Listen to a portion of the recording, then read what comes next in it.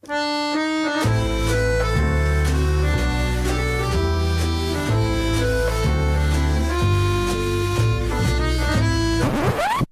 episode is sponsored in part by our friends at Linode. You might be familiar with Linode. I mean, they've been around for almost 20 years. They offer cloud in a way that makes sense, rather than a way that is actively ridiculous by trying to throw everything at a wall and see what sticks. Their pricing winds up being a lot more transparent, not to mention lower. Their performance kicks the crap out of most other things in this space, and my personal favorite, whenever you call them for support, you'll get a human who's empowered to fix whatever it is that's giving you trouble. Visit linode.com/screaminginthecloud to learn more and get $100 in credit to kick the tires. That's linode.com/screaminginthecloud. Good morning, AWS, and welcome to the AWS Morning Brief, now that reInvent is finally dead. As mentioned before, ducktools.com is our new suite of SaaS tools built out of the power tools we use internally to fix horrifying AWS bills, and that's great. Check it out if you're interested, but if not, let's see what AWS got up to. Amazon Connect now supports sharing attachments in chat. That's right, Amazon Chime and Amazon Connect are engaged in a slap fight to the death over the 0.04% of the enterprise chat market that they command. Amazon Managed Blockchain now supports Ethereum in preview. I'm surprised they didn't announce this at reInvent during their Other Nonsense keynote. Which keynote exactly covered other nonsense is left as a joke opportunity for you, dear listener. Amazon Virtual Private Cloud, or VPC as the kids call it, now supports Tag on Create for elastic IP addresses. It's depressing, but still somehow expected that we're getting baseline features like this as enhancements so many years after they should have arrived. Announcing the first AWS wavelength zone in South Korea. Now South Korea can get COVID-19 as well, according to some idiots on Facebook. Announcing the availability of AWS Outpost private connectivity. Sometimes you only learn about AWS service limitations after they get fixed. In this case, it was, wait, you mean my on-premises only data was processed by a thing that couldn't speak privately to my AWS resources? AWS App to Container now supports remote execution of containerization workflows.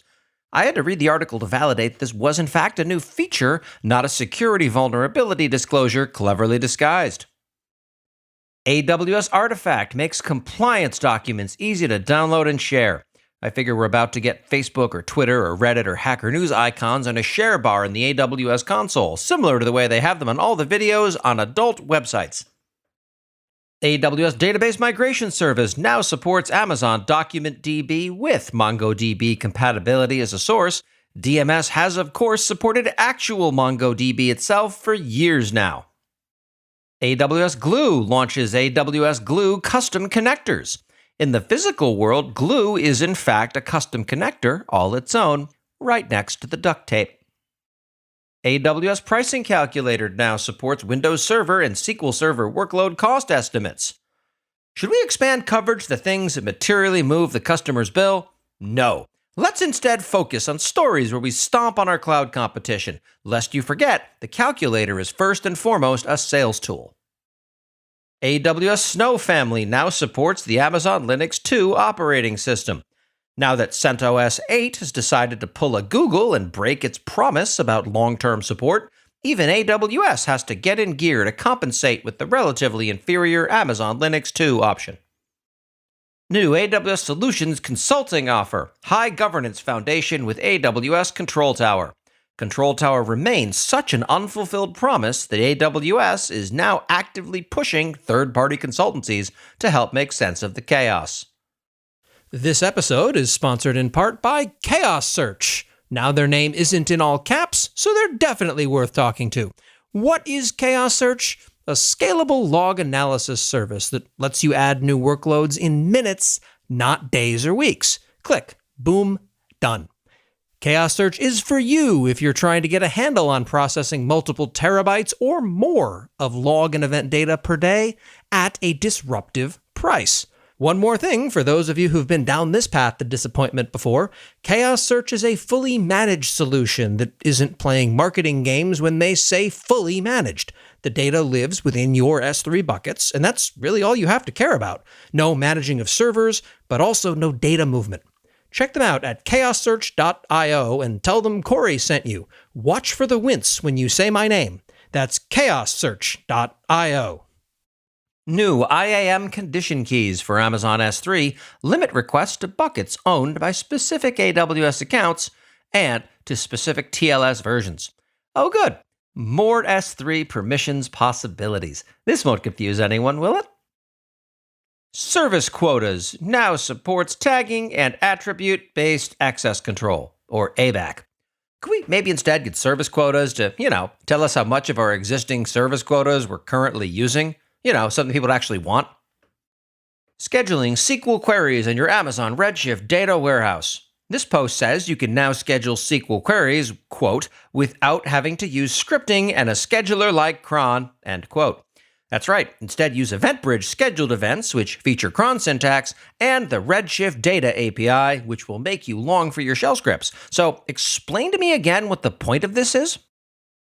Automating mutual TLS setup for Amazon API Gateway. I was super excited for being able to let given devices of mine access things without bothering me to log in. Give it a client certificate and let's go. But these dreams were dashed by Safari having opinions about TLS authentication. In other words, I was super excited for this, but it doesn't work for my use cases, so never mind. Optimizing AWS Lambda cost and performance using AWS Compute Optimizer. I swear, it's like nobody paid attention to the Lambda power tuning step function machine. There's no way the optimizer is going to be able to get the same level of insight, so this is just going to disappoint people, much like the AWS Compute Optimizer already does. 2020, the year in review for Amazon DynamoDB. They have a roundup summary here. Unfortunately, the year in review for MongoDB post was lost due to a database issue. HTTP Keep Alive is on by default in modular AWS SDK for JavaScript. Whenever an entire article is written about an otherwise innocuous feature decision, you can tell that it's beset with sharp edges all around. And lastly, integrating EC2 macOS workers with EKS and Jenkins. Now that Mac EC2 instances are available, the first stories of using them are coming out, primarily by people who don't have to pay the bill themselves. And that's what happened last week in the world of AWS. I'm cloud economist Corey Quinn. Try and enjoy what is bound to be a relatively slow week in terms of AWS service releases, and I'll talk to you in the new year.